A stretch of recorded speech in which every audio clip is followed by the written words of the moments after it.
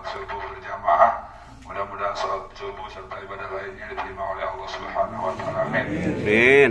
Sebagaimana biasa, kita biasanya habis maghrib kita tinggalkan kultum. Sehubungan dengan tadi malam kita ada yasin, tahlil dan doa. Oleh karena itu di pagi hari ini marilah sama-sama kita dengarkan kultum yang akan disampaikan oleh Ustaz Imam Hambali. Kepadanya dipersilakan. Allahumma sholli ala Muhammad.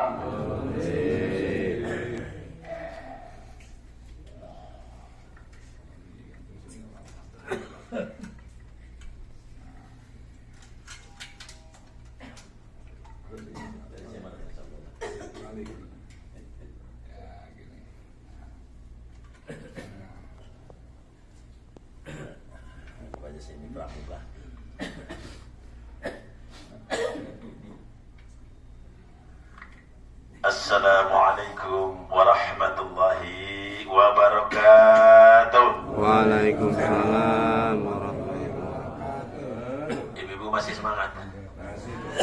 Bapak-bapak masih semangat? Semangat. Ngantuk kah? Alhamdulillah, mudah-mudahan semuanya diberikan kesehatan oleh Allah Subhanahu wa Ta'ala. Ya, kalau masalah batuk pilek anggap aja kata dokter biasa gitu.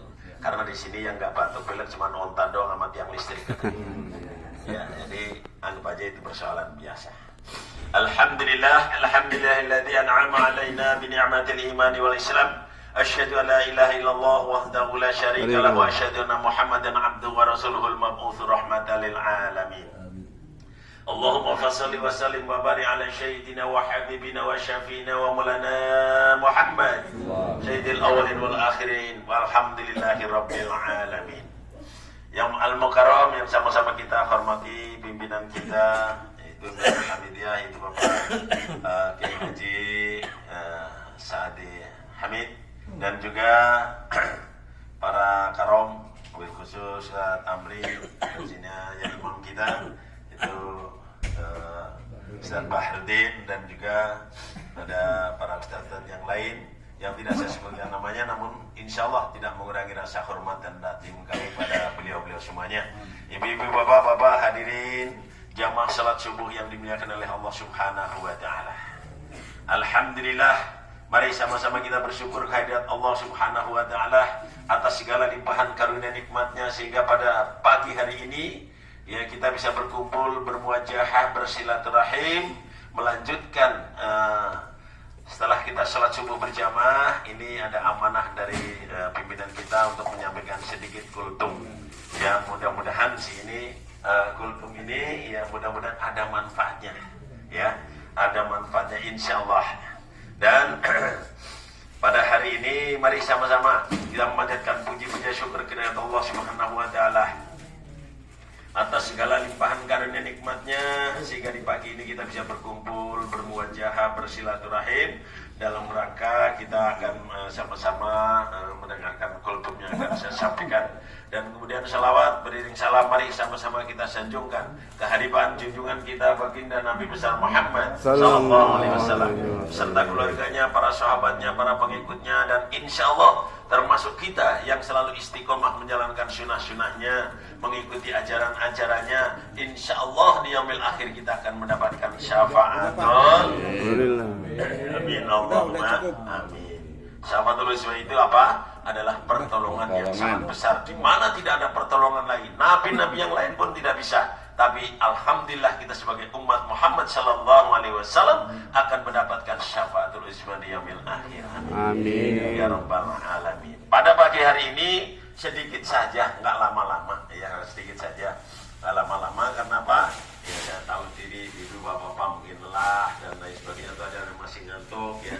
Namun sedikit saja yang saya sampaikan. Apa itu? Fadailis salam. Apa? Fadilahnya salam. Kita biasa mengucapkan salam, namun saya ingatkan kembali, saya yakin udah paham, semuanya udah tahu, bahkan mungkin udah ngelotok. Tapi akan saya sampaikan lagi. Salam atau yang biasa kita sebut Assalamualaikum warahmatullahi wabarakatuh. Kalau kita mengucapkan salam itu hukumnya sunnah. Tapi menjawabnya hukumnya Wajib. wajib, maka tidak boleh malas-malas. Cuma kadang-kadang jawabnya ada yang lain. Assalamualaikum, maaf tidak ada bapaknya. Jawabnya begitu. Biasanya salamnya siapa itu? Pengemis. Pengemis ya. Ya makanya biar pengemis, biar apa kalau dia assalamualaikum jawab dulu waalaikumsalam warahmatullahi. Lebih bagus kalau yang mengucapkan seberapa panjangnya kita lebih panjang lagi. Assalamualaikum, waalaikumsalam warahmatullahi. Kalau dia assalamualaikum warahmatullahi, kita jawabnya waalaikumsalam warahmatullahi wabarakatuh. Kita didoakan dalam salam ini ya. Semoga keselamatan, kesejahteraan tetap ada padamu. Itu kan doa. Betul? Doa ya. Nah, kita didoakan orang masa nggak senang? Harus senang kita doakan. Makanya kita balik mendoakan lagi. Nah, apalagi kalau sesama muslim. Dalam sebuah hadis yang diriwayatkan oleh Abu Daud mengatakan begini, "Mamin muslimina yaltaqiyani fayastasawani illa ghafarallahu lahuma qabla ayatafarrahu." Jika dua orang muslim atau sesama muslim bertemu, kemudian berjabat tangan, ya, mengucapkan salam dan berjabat tangan, maka Allah akan mengampuni dosa keduanya sebelum mereka jabat tangannya itu berpisah atau terlepas dari jabatan kita. Orangnya belum berpisah, kita sudah diampuni oleh Allah Subhanahu wa taala di antara dosa keduanya. Hebat kan? Fadilah salam. Maka dari itu meskipun ada kadang-kadang begini, saya mau udah kenal ini, nggak usah salam. Justru orang yang kita kenal itu, teman yang paling dekat ini adalah yang paling berbahaya. Kata Nabi, nggak usah takut kalau dengan musuh, tapi dengan teman akrab itulah yang berbahaya. Kenapa? Ketika kita ada selek dengan teman yang paling akrab, dapur kita udah ketahuan, rahasia udah ketahuan. Maka sebenarnya yang paling berbahaya itu adalah teman dekat. Kalau jangan sampai, makanya dijaga jangan sampai teman dekat itu kemudian menjadi musuh kita. Nah itu ya. So kalau ketika teman dekat menjadi musuh, maka itu akan lebih berbahaya karena udah tahu semua kelemahan kita. Maka dari itu salam. Nah salam ini kita ucapkan ya dari lubuk hati kita, jangan sekedar iseng, ya jangan sekedar iseng. Nah ini juga termasuk kemarin yang disebutkan bahwasanya wa min alamatil hajil mabrur, tanda-tanda orang haji mabrur yaitu diantaranya adalah meningkatnya berbuat kebaikan kita daripada sebelumnya, ya. Jadi ahsanu halam mimma qablun. Berbuat baik kita itu lebih baik dari sebelumnya. Itulah salah satu di antara tanda-tanda haji yang mabrur. Salah satu apa yang kita harus lakukan? Sering memberikan salam. Bertemu dengan siapapun secara muslim, ucapkan salam. Assalamualaikum. Ya, nah kemudian kita berjabat tangan. Karena salam ini juga bisa menghilangkan dendam dan sakit hati.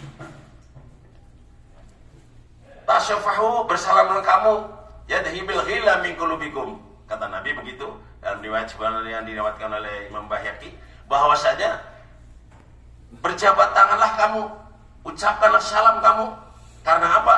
Karena dengan jabat tangan itu akan menghilangkan dendam dan sakit hati. Kita lagi musuhan dengan seseorang, datang kita, ya nggak usah nunggu dia dulu, ngapain gue dulu, orang gue lebih tua, nggak usah tua, nggak usah muda, nggak usah tinggi, nggak usah pendek.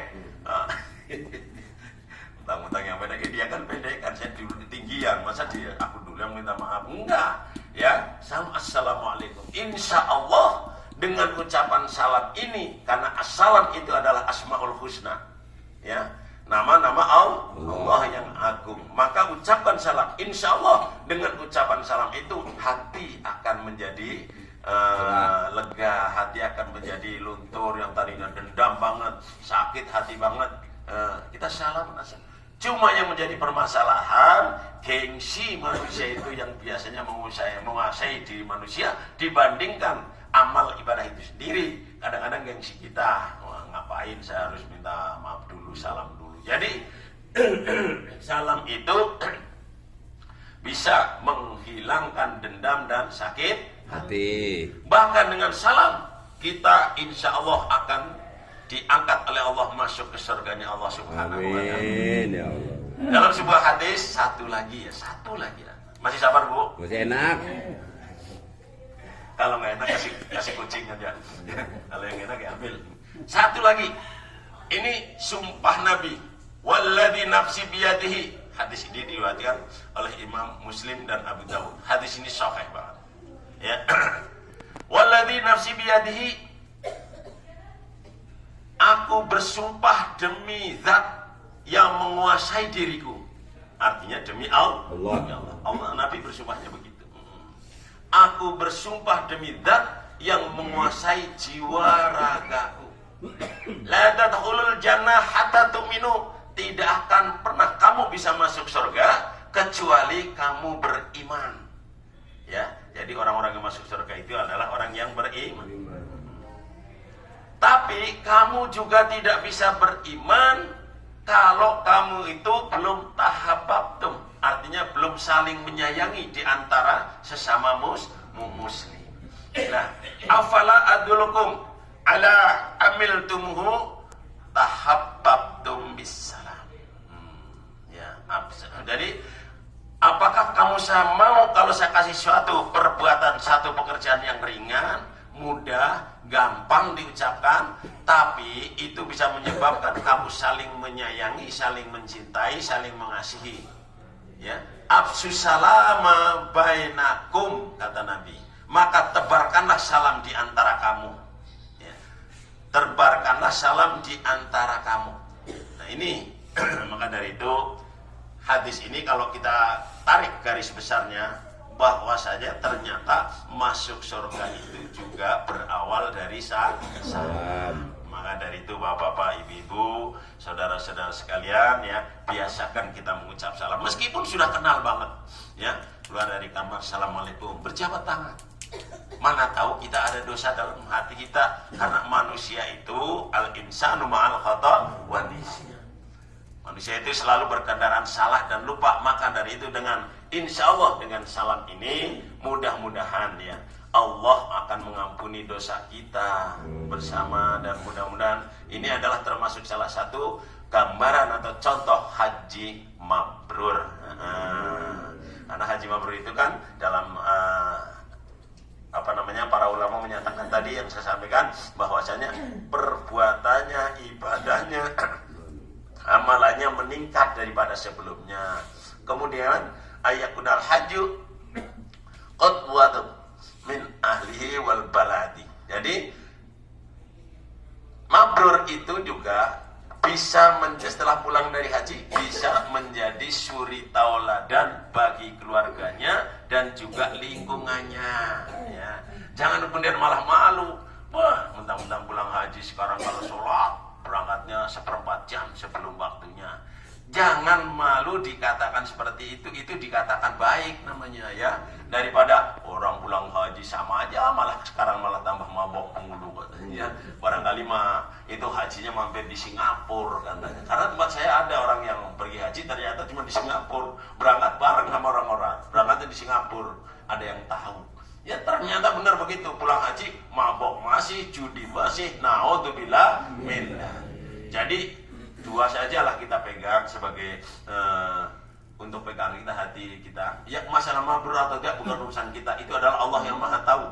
Manusia tidak ada yang tahu mabrurnya kayak apa. Ya kita sendiri yang punya jiwa diri juga nggak tahu mabrurnya itu kayak apa. Yang penting begini saja, begitu sudah pulang dari haji, pertama tingkatkan amal ibadah kita, ya amal ibadah baik maliyah maupun ibadah ubudiyah, dan kemudian tingkatkan juga agar supaya pertama kita bisa menjadi contoh keluarga kita. Nah, pertama tuh ya keluarga kita dulu dia contoh.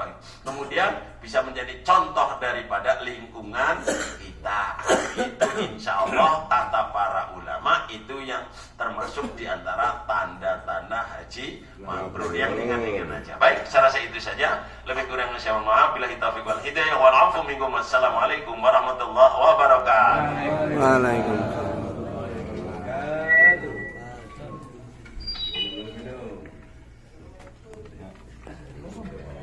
Ya demikian kultum atau tausiah yang